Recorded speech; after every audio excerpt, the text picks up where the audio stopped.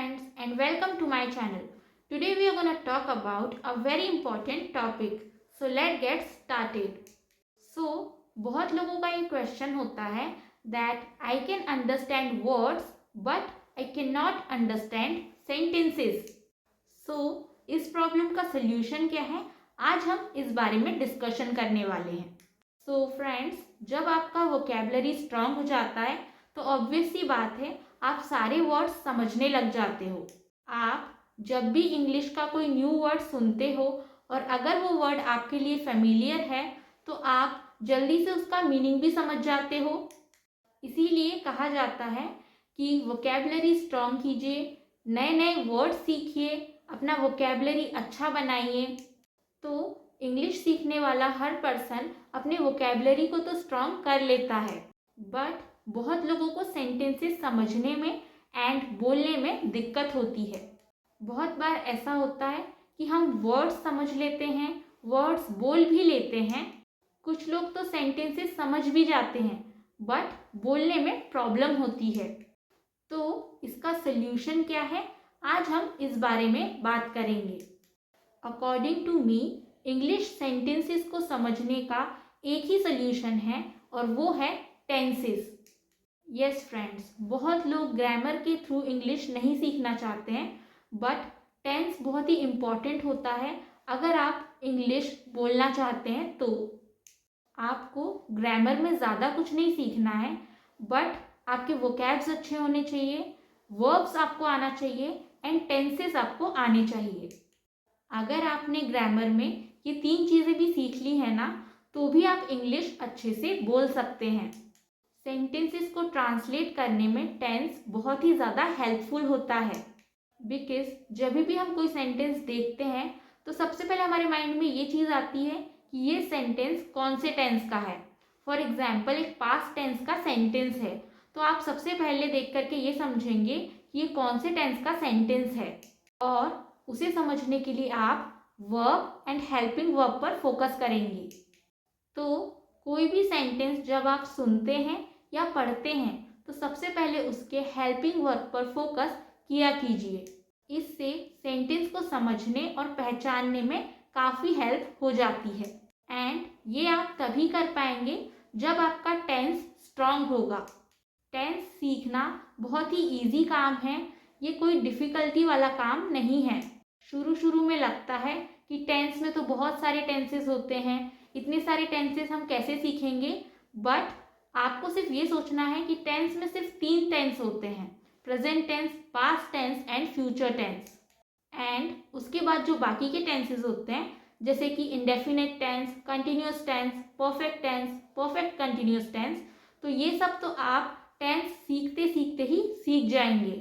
तो सबसे पहले आपको अपना टेंस स्ट्रांग करना है, कुछ बेसिक वर्ब सीखनी है, वोकेबलरी अच्छी करनी है.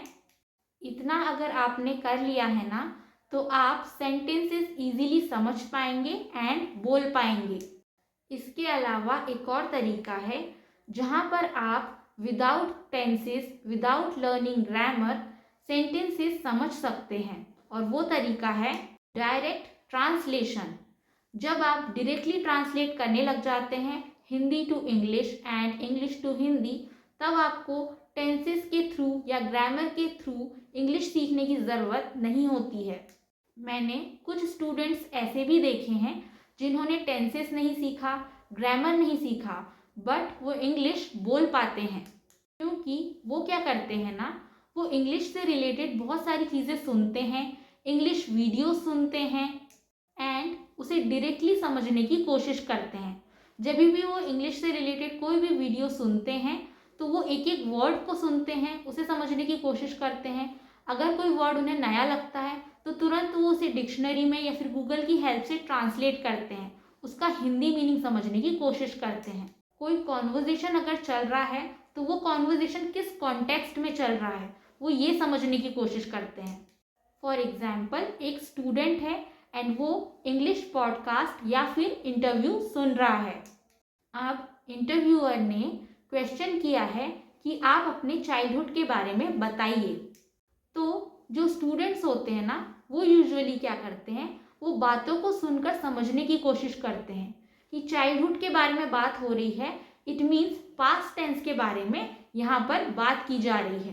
तो वो हेल्पिंग वर्ब सुनने की कोशिश करते हैं कि यहाँ पर डिड का यूज़ किया गया है, तो इस तरीके से वो समझ लेते हैं कि यहाँ पर डिड का यूज़ करके सेंटेंसेस बोले जा रहे हैं, एंड इस तरीके से वो डायरेक्टली ट्रांसलेट करने की कोशिश करते हैं। तो ऐसे भी स्टूडेंट्स हैं फ्रेंड्स जिन्होंने कभी टेंस नहीं सीखा, ग्रामर नहीं सीखा, बट उन्होंने इंग्लिश सुन सुनकर, इंग्लिश सेंटेंसेस को समझ समझकर ये किस टेंस में बोला जा रहा है ये समझने की कोशिश की है। हेल्पिंग वर्ब्स को लर्न किया है, समझा है, एंड वर्ब्स पर फोकस किया है कि यहाँ पर वर्ब क्या यूज़ किया जा रहा है एंड किस तरीके से यूज़ किया जा रहा है। एंड उन स्टूडेंट्स ने इंग्लिश इस तरीके से सुन सुनकर बोलना सीखा है। बट सिर्फ सुनने से ही नहीं होता है फ्रेंड्स, हमें उसकी प्रैक्टिस भी करनी होती है। तो बहुत से स्टूडेंट्स को मैंने खुद ने देखा है कि जब वो कोई इंटरव्यू एंड पॉडकास्ट सुनते हैं, फिर वो मिरर प्रैक्टिस करते हैं। इट मीन्स वो मिरर के सामने इंग्लिश में बोलने की कोशिश करते हैं, या फिर वो अपने फ्रेंड्स के साथ इंग्लिश में बोलने की कोशिश करते हैं। तो अगर आप इंग्लिश से रिलेटेड कोई चीज़ सुन रहे हैं तो उसके बाद आप बोलने की कोशिश भी कीजिए। तो इस तरीके से आप without grammar and without tenses sentences समझ सकते हैं, इंग्लिश बोल सकते हैं। सो फ्रेंड्स, आपको इन दोनों तरीकों में से इंग्लिश सीखने के लिए कौन सा तरीका बेटर लगता है, प्लीज़ कमेंट सेक्शन में बताइएगा। पहला तरीका है टेंस के थ्रू सेंटेंस समझना एंड इंग्लिश बोलना, एंड दूसरा तरीका है इंग्लिश वीडियो सुन के इंग्लिश बोलना एंड सेंटेंसेस को समझना। So friends, in today's video we have discussed about two different ways to learn English and to understand sentences. So I hope you all found this video useful. So please don't forget to like, share and subscribe to my channel, and thank you so much for watching the video.